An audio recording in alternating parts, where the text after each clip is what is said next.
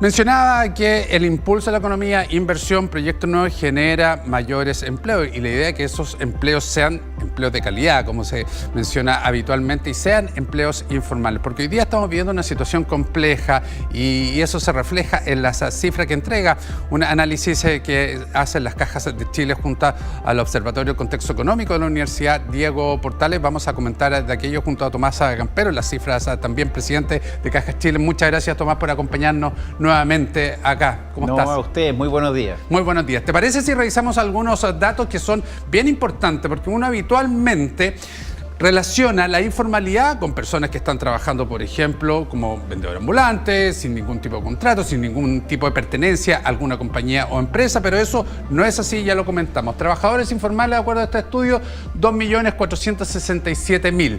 Trabajadores dependientes, y ahí ya empezamos a tener cierta duda, Tomás, 1.156.000 trabajadores. Uno no acostumbra a ligar al trabajo informal con trabajadores independientes. ¿En qué contexto se da eso?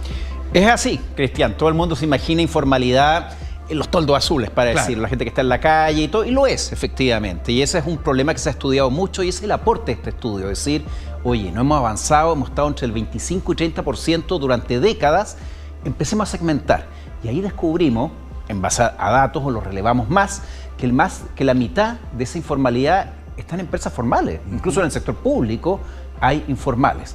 ¿Y qué es lo que entendemos por informales? Que es bueno para que todos nos entendamos, es cuando a una persona no le pagan sus cotizaciones, para decirlo en simple. ¿Y eso es una ilegalidad? Por ejemplo, un trabajador dependiente que sea informal. Así es, eso es una ilegalidad, pero hay que tener una salvedad, porque Ya. después uno se pregunta por qué. A veces no necesariamente son malas personas y malos empresarios, que los hay, y efectivamente eso hay que sancionarlo. A veces por un mal entendimiento de la aplicación, porque muchos de estos trabajadores informales son una jornada parcial.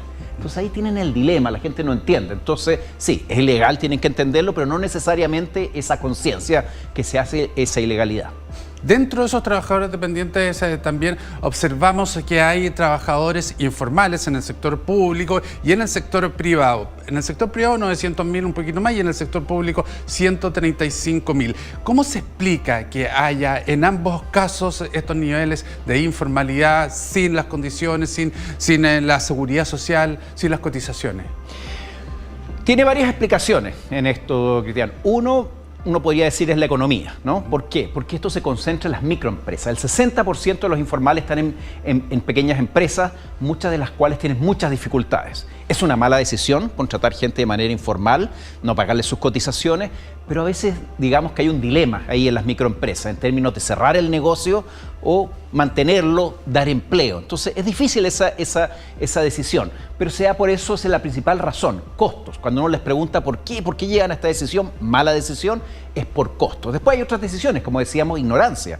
Contrata un trabajo parcial porque esto se concentra en comercio, vendedores, restaurantes, construcción, obreros, pero de menor tamaño, no grandes construcciones necesariamente, aunque la hay, y agro, ¿no? El procesamiento de alimentos y todo. Y hay mucha gente ahí en empleo parcial. Entonces, a veces el empleador, el pequeño, no entiende bien las reglas. Entonces, costos, hay un mal entendimiento y a veces directamente saltarse las leyes. Eso es así. ¿Qué perjuicios trae el tener para la economía en general, primero, tener esta cantidad de trabajadores informales? Bueno, primero para el propio trabajador, y por eso las cajas de compensación quisimos hacer esto, porque nosotros, por ley, lo que hacemos es trabajar y darle protección social a quienes son formales. Entonces nos preocupa que haya gente informal que no esté recibiendo la protección de las cajas de compensación. Y lo mismo con tu pensión, con tu seguro de salud, con por ejemplo, la seguridad laboral. Entonces es un perjuicio directo en el día a día. En términos de la economía, por cierto, o sea, eso significa que son recursos que no entran al sistema formal y, por ejemplo, para decirlo en sencillo, los seguros, entre más personas hayan, las primas o el costo baja. Claro.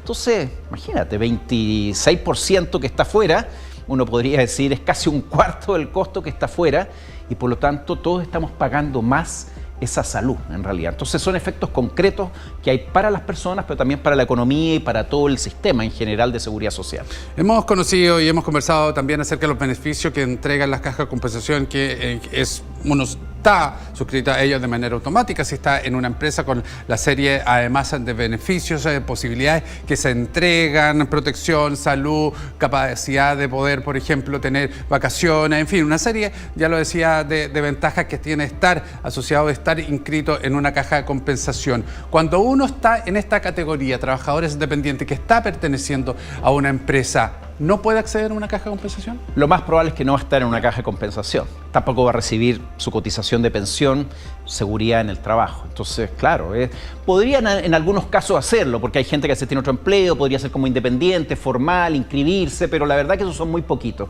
La gran mayoría de los informales no reciben protección social, no reciben la protección social de las cajas de compensación que tú estás comentando. Dentro de lo que se analiza también en este informe, Tomás, ¿se plantean algunas líneas de acción para poder ir disminuyendo estas cifras? Así es. O sea, yo creo que las soluciones, no hay una bala de plata, pero se han ido conversando. Tuvimos una conversación bien interesante con el gobierno, el subsecretario de Economía, con los empresarios, la Cámara de Comercio, porque todos están interesados en avanzar en esto y por eso se aportaron estos nuevos datos. Entonces, ¿qué soluciones hay? Uno, fiscalización. Es cierto, ahí hay probablemente una brecha, no en el sentido que haya hecho necesariamente mal el trabajo, la dirección del trabajo, pero a veces tiene que cambiar las técnicas, ¿no? Para llegar, usar más tecnología y quizás también hacer fiscalización amigable, porque no todos los casos necesariamente son de malos empresarios, son a veces temas educativos y la gente cambia, ¿no? Fiscalización. 2, subsidios. Y ahí hubo un anuncio del gobierno y que lo va a hacer, que es reordenar los subsidios. Muchos de ellos no se utilizan y por lo tanto en eso que hablamos de los costos, microempresas que por costo están tomando estas malas decisiones, si tuvieran un subsidio, que obviamente los obliga a pagar cotizaciones, lo tomarían. Ni muchos empresarios, microempresarios. Y la otra noticia es que tampoco el trabajador está cómodo con eso, que era uno de los mitos que derribó este estudio. Uno decía, no, pues claro, el trabajador dice, acepta. No, yo no me pague las cotizaciones, entrégueme esos recursos, prefiero eso. Y el 80 y tantos % dice que no.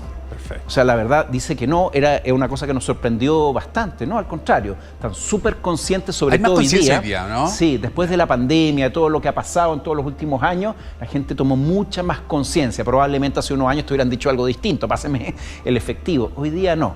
Y la gente, y el segundo dato es que está permanentemente buscando trabajo y no encuentra oportunidades laborales. Entonces, los subsidios pueden ayudar mucho a eso. En realidad, va a haber un reordenamiento de los subsidios que va a apoyar esta mayor formalización. Y 3, como muchos lo dicen, al final es la economía y las oportunidades laborales. O sea, lo hemos visto en esta tasa de informalidad que se ha movido entre 25 y 30, que cuando hay más oportunidades laborales, la economía está mejor, efectivamente el trabajador se mueve. Dice, prefiero un empleo con cotizaciones a uno que no está con cotizaciones.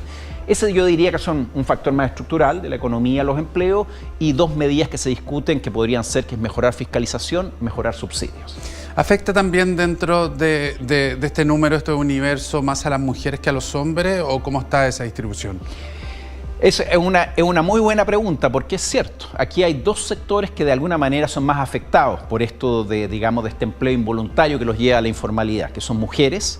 No es mucho más, pero sí lo es, del orden del 3 a 5% por sobre la informalidad de los hombres. Hay más informales mujeres que hombres, pero no es el doble, pero sí, es superior. Y 2, migrantes.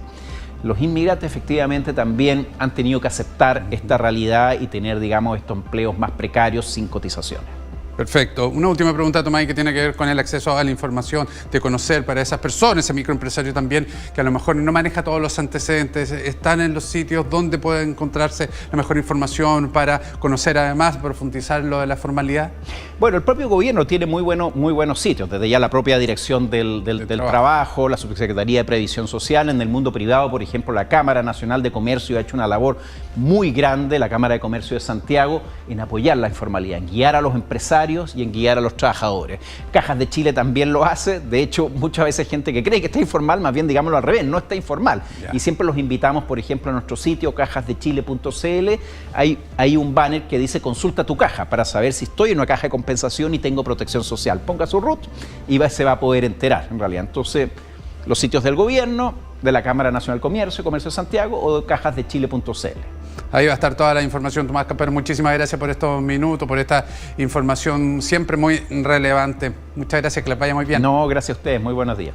Ahí está entonces los sitios, lo importante que es la formalización, la seguridad que conlleva aquello de presente y también de futuro, y los beneficios también que se pueden obtener al ser un trabajador formal. Nosotros nos vamos a separar un instante, regresamos con más Mercado en Vivo.